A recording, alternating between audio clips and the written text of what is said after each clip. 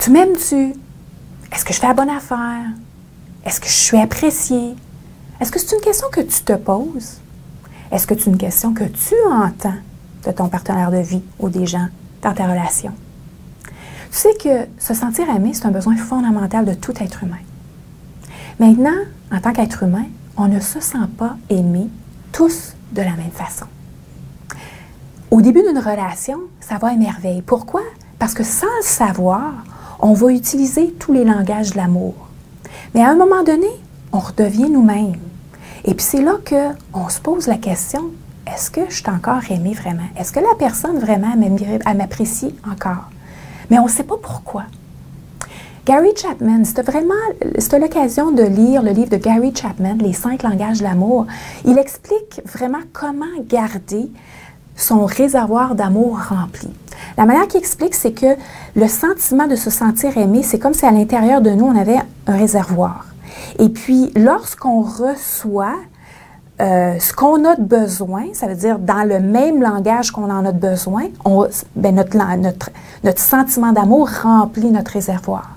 Puis lorsqu'on ne reçoit pas ce qu'on a de besoin dans le langage qui pour nous fait du sens, le langage d'amour qui est important pour nous, bien, notre réservoir se vide. Et c'est la raison pour laquelle, à l'occasion, on se pose la question, est-ce que je suis aimée, est-ce que je suis appréciée, est-ce que je suis valorisée? Alors, c'est très important de savoir quel est ton langage d'amour. Alors, pour résumer, je vais te résumer les 5. Pose-toi la question, est-ce que moi, j'ai besoin d'entendre des mots d'appréciation, des mots d'encouragement, des compliments, des mots doux? Alors, est-ce que tu es la personne qui a besoin d'entendre « je t'aime » à répétition? Si oui, c'est ton langage d'amour, c'est d'entendre des mots d'affirmation. Peut-être que ton langage d'amour, toi, c'est que la personne passe du temps de qualité avec toi. Donc, du temps où tu es la personne la plus importante à ce moment-là pour ton partenaire de vie ou pour la personne avec qui tu es en relation. Donc, ton langage d'amour, c'est du temps de qualité. Ça peut être prendre une marche avec la personne, ça peut être converser, ça peut être 10-15 minutes, le temps n'a pas d'importance. Mais à ce moment-là, la personne n'est pas en train de regarder ses courriels, elle n'est pas en train de lire le journal ou de regarder la télévision, elle est juste en train de passer du temps avec toi. Peut-être que ton langage d'amour ou la façon dont ton réservoir d'amour se remplit, c'est lorsque tu reçois quelque chose. Ça peut être un cadeau, ça peut être une note, ça peut être une carte, ça peut être un appel, ça peut être un livre, ça peut être un courriel. Parce qu'à ce moment-là, tu as le sentiment que la personne, elle a pensé à toi. Donc, tu es la personne la plus importante à ce moment-là à ses yeux. Et puis ça remplit ton réservoir d'amour. Peut-être que ton réservoir d'amour se remplit lorsque les gens font quelque chose pour toi. Alors, par exemple, si la personne sait que tu es très, très, très occupé, puis elle va décider de faire l'épicerie sans te le demander, tu veux que je fasse ça, elle va juste le faire pour toi. Elle va faire le ménage pour toi, elle va ramasser, elle va faire un travail pour toi. Donc, tu vas sentir que, wow, la personne, elle m'aime parce qu'elle a fait quelque chose sans me demander, elle a juste vu que j'avais besoin d'aide, puis elle m'a donné son aide. Donc, pour toi, ton réservoir d'amour se remplit lorsque les autres, les gens, font quelque chose pour toi. Puis finalement, peut-être que tu te sens aimé davantage par le contact physique. Une caresse, un baiser, juste te faire coller, te faire tenir par la main, un massage peut-être. Alors, le contact physique, c'est ce qui remplit ton réservoir d'amour.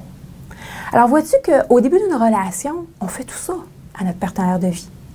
Et même dans une nouvelle relation au travail, on utilise tout ça, peut-être pas de façon intime, mais on fait en sorte que la personne se sent aimée, appréciée.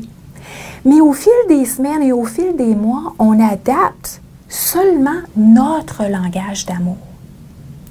Et on s'attend à ce que l'autre nous donne ce qu'on a besoin.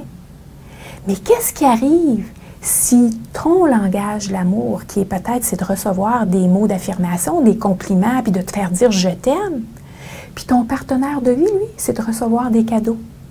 Qu'est-ce qui se passe? Bien, vous n'avez pas le même langage.